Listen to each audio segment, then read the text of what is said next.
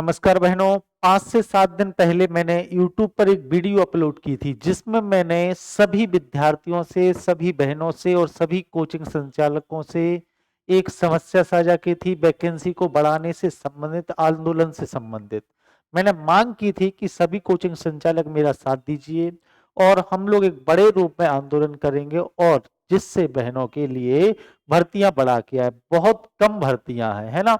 मात्र 31 पद आप लोगों के लिए दिए गए हैं। उसके लिए मैंने एक व्हाट्सएप ग्रुप भी बनाया, उसमें बहनों को जोड़ा। कम से कम 150 से 180 बहनें जुड़ पाई।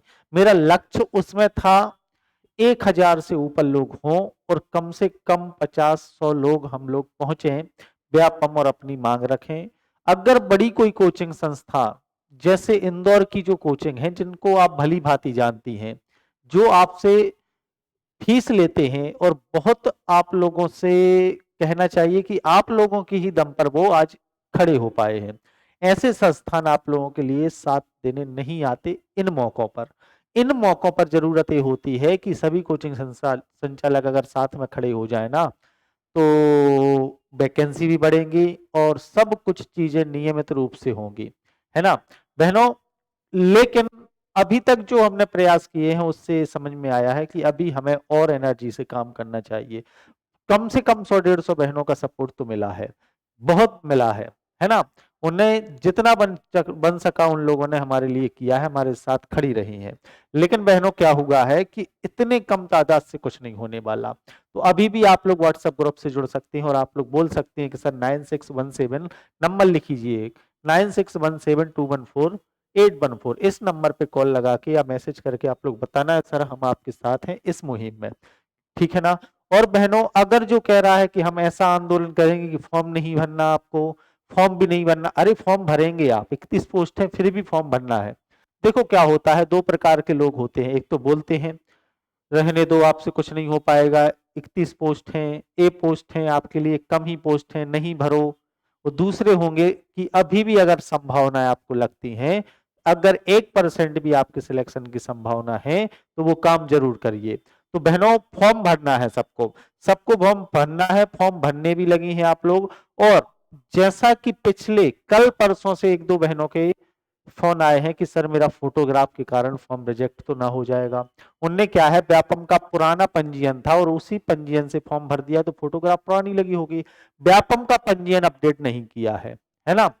एक बहन मेरे पास आई और आप मैसेज किया, उन्होंने बताया सर ईडब्ल्यूएस का सर्टिफिकेट था 2022-23 का था, वो अपडेट नहीं है अभी, है ना।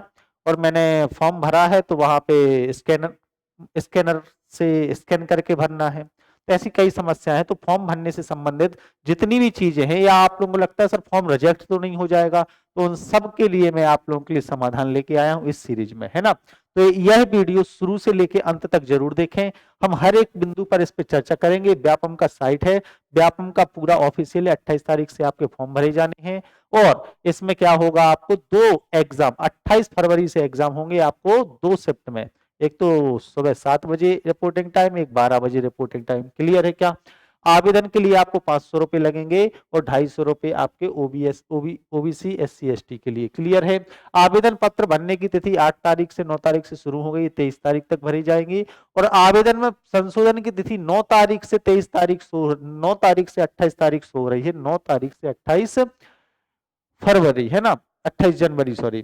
तो अभी तक जिनने गलती से फॉर्म भर दिया है या फॉर्म भरने में गलती हो गई है, उन पे जो संशोधन होने की प्रक्रिया अभी चालू नहीं हुई है, जैसा इसमें 9 तारीख दिया है, अभी वो लिंक ही नहीं खुल रही है बहनों।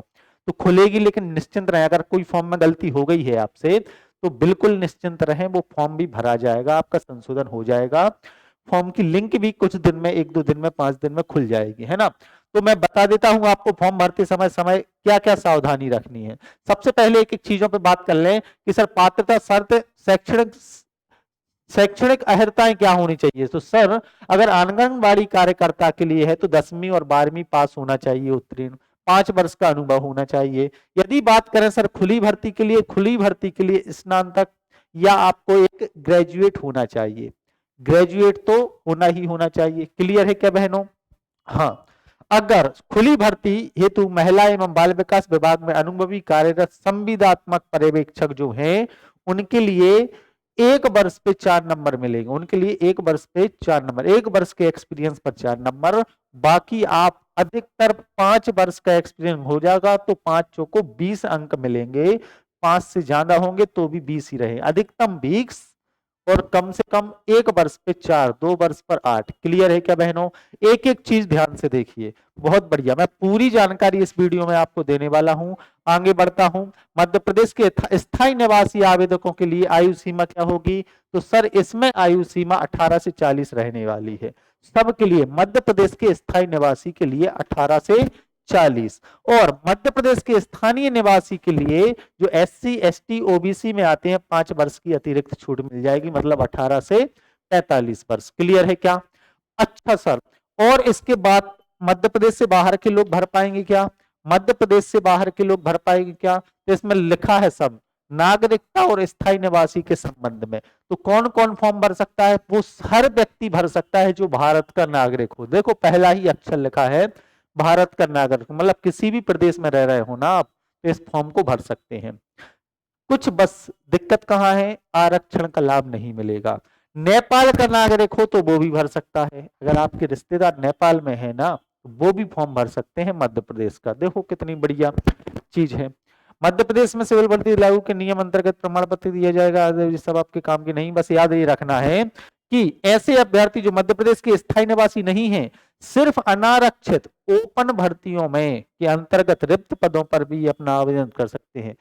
ओपन भर्ती में जो रिक्त पद है ना उन पे आवेदन कर सकते हैं, बाकी किसी आरक्षण का लाभ उनको नहीं मिलेगा। तो आप लोगों को ये बात भी क्लियर हो गई होगी।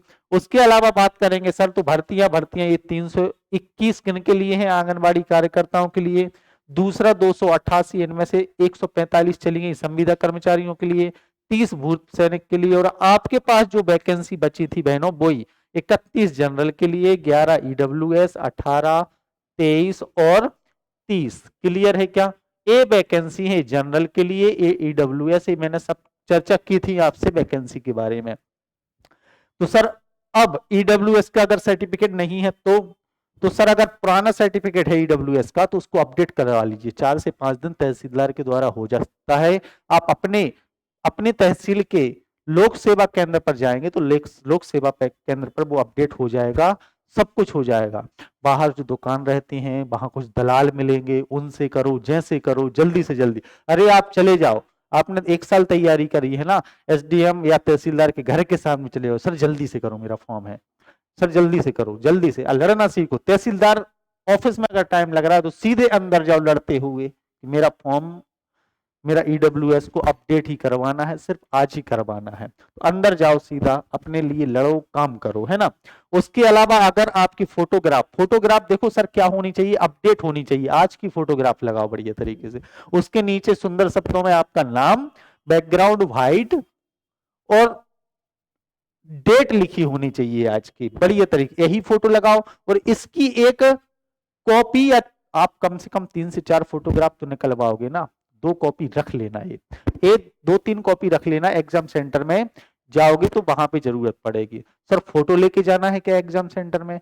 अगर आपका, सुनो ध्यान से, एडमिट कार्ड जो साइड से निकलेगा वो लेके जाना है, और एक ब्लैक पेन लेके जाना है, बॉल पेन, एक ब्लैक पेन। और फोटोग्राफ सर, एक फोटोग्राफ मेरी तरफ से आपको लेके जाना है फोटो, है ना। अगर किसी भी वजह से वो अंदर आने को मना करें तो हमारे पास प्रूफ रहती है बहुत सी चीजें, है ना।